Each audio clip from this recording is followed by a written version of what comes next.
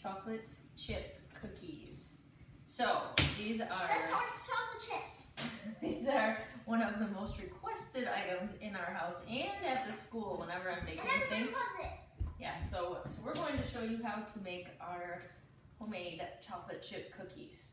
So the ingredients that you're going to need, you'll need 2 sticks of butter. I'm going to go ahead and put those in the microwave just to soften a little bit because I keep my butter in the refrigerator. So you need this just to be softened. They don't have to be melted.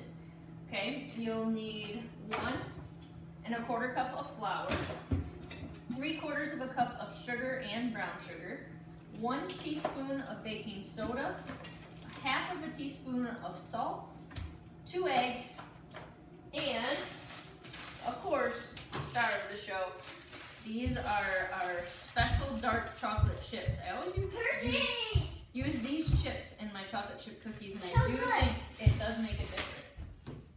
Delicious. All right. Even though we have like a million chocolate chips, so here. Okay, so your butter is just softened. You don't want it to be melted, otherwise what's going to happen is it's going to make your cookies flat. Oh my gosh, that's gross.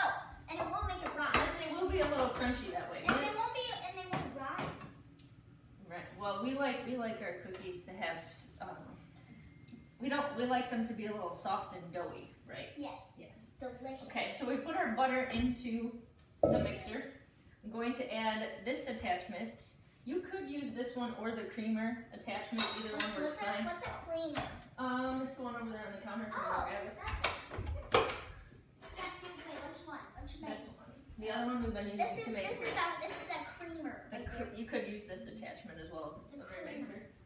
Okay, so we are going to add in 3/4 cup of white sugar to our 2 sticks of butter and 3/4 cup of brown sugar.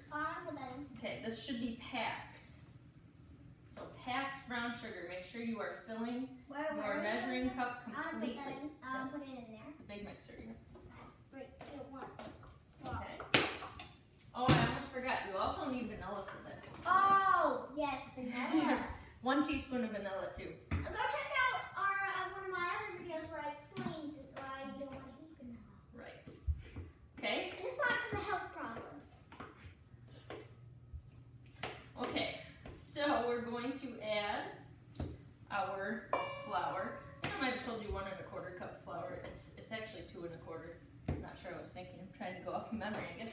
Mom, 2 1/4 cup. all this less flour. cooking in front of your students make you forget your recipe. I guess so. I haven't made cookies in a while. I haven't seen them to make them cookies and take it to them. I call this. Wait, not yet. Okay, we need to put in our 1 teaspoon I called the eggs. of baking I called soda. all the eggs. Okay, so notice how we're putting our dry ingredients here into a different bowl. That is an important step. We're going to gradually add those to the wet ingredients in a little bit. All right, so we have 2 1/4 cups of flour, With baking soda. 1 teaspoon of baking soda, and then we're going to add 1/2 teaspoon of salt. Why would you want to add 1/2 teaspoon? Just 1/2 teaspoon. We don't need too much. Because, well, salt makes a flavor, but too much salt makes it gross. Yeah, it tastes pretty good. Tastes like pretzels. Okay, so to save yourself some dishes, anytime I have dry ingredients, I just use my measuring spoons to mix those things together. You want to mix your baking soda up in the flour. Why do you need to mix the dry ingredients? You want to mix these up so your baking soda and salt gets incorporated, so when you take 1 bite into a cookie, you're not getting all that salt in 1 bite. What's incorporated? Incorporated, push throughout the flour. Ah. Okay, so now your dry ingredients are set. We're going to put those off to the side. Mix them with the wet ingredients. Yep, so what we're going to do is mix our butter, brown sugar, and sugar Hey, together. what about the eggs? What about In a the second, you first mix these together. So we're going to turn that on and let that cream together. Okay, so after you have creamed the butter and sugar together, that'll take about 2 minutes or so. We're going to add our eggs 1 at a time. Okay, so crack it into the bowl. Put it on the side. How do you crack it into the bowl? Well, you're going to crack it and break it into the bowl. Okay. Yep. Yep, right there. This one. Press your thumbs together. All right. Okay, not bad, not bad. 1 shell, not too shabby. Let's take that out. So you're going to put your eggs in one at a time.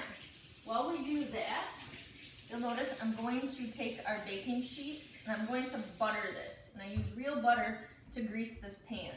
Okay, so that's what I'll be doing while we turn the mixer on and add one egg at a time. I'm not the other egg. You're gonna crack the other egg? Okay. Okay, we'll add the other egg. Okay, so as this is mixing, you may have to scrape your edges down a little bit to get all of your butter and sugar incorporated into the egg mixture. I'm going to whip that up again.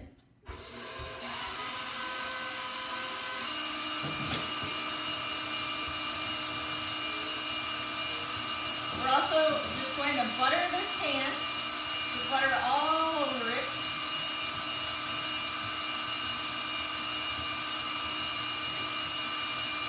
Okay. The next trick is to take a little flour, sprinkle that over your pan, hold your pan up, and tap the flour around the pan.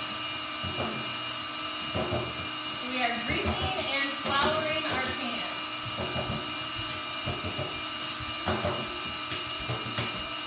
Okay, we're going to dump this excess flour up in the sink.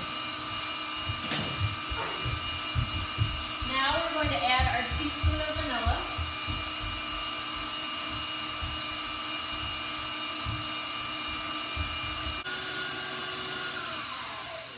Okay, so after your wet ingredients are all incorporated together, now what we're going to do is gradually add our dry ingredients that we already put together. So we have 2 1/4 cups of flour, 1 teaspoon of baking soda, and 1/2 teaspoon of salt. We're just going to turn this on low and slowly add this.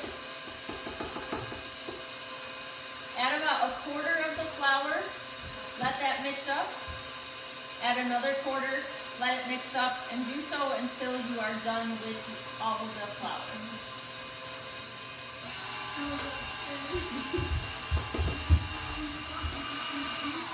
Okay, so after all of your ingredients have been mixed together, I'm going to take the beater off.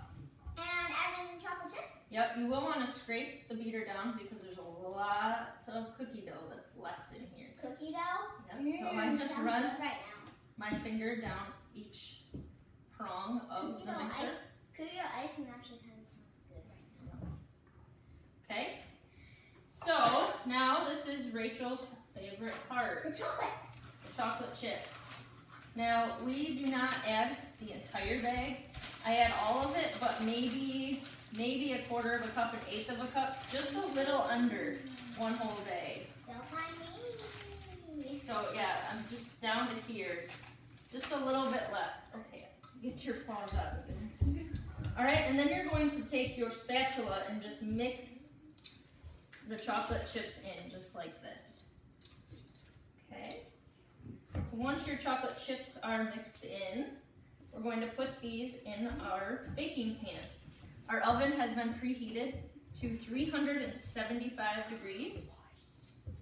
All right, I think that's pretty good. And there's our final dough. I'm going to take my cookie scoop here. This is a medium-sized cookie scoop. It looks like an old pink And it does. This is what will help us get our cookies all the same size. Oh my gosh, that cookie dough looks so good. I can't wait till it gets in the oven and I can eat them.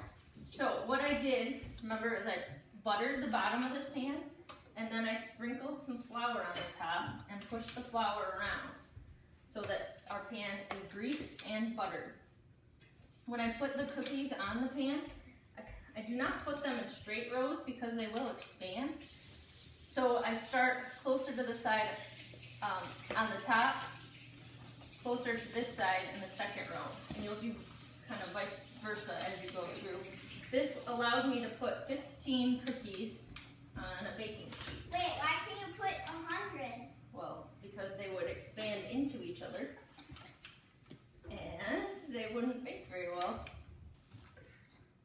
So we continue to do this. Just even. So our cookies are ready to go into the oven. We'll put them in the oven and bake them for 8 minutes. All right, so after 8 minutes, we're going to pull our second batch out of the oven. Delicious. So here is a batch fresh out of the oven. We'll let those sit for about 30 seconds on the pan while they solidify up a little bit. We went ahead and put our first batch of cookies, let them sit on a cooling rack for 5 to 7 minutes at least until they've solidified completely, and then you can move them to your counter. And those will be ready to eat, and they are good to eat warm. When I take my cookies off of my baking pan, I use this big spatula so that you can get all the way under the cookie. Can you watch out, sweetie? Here. And transport them onto our cooling rack, just like that. All right. So that's all there is to it. Rachel, do you want to try one of the cookies for the audience? It's a cookie. Give them your thoughts. Wow, this is good. Tastes delicious. Okay, so that's how you're going to do. Continue to remove your cookies from your pan and then let them cool and eat. Enjoy.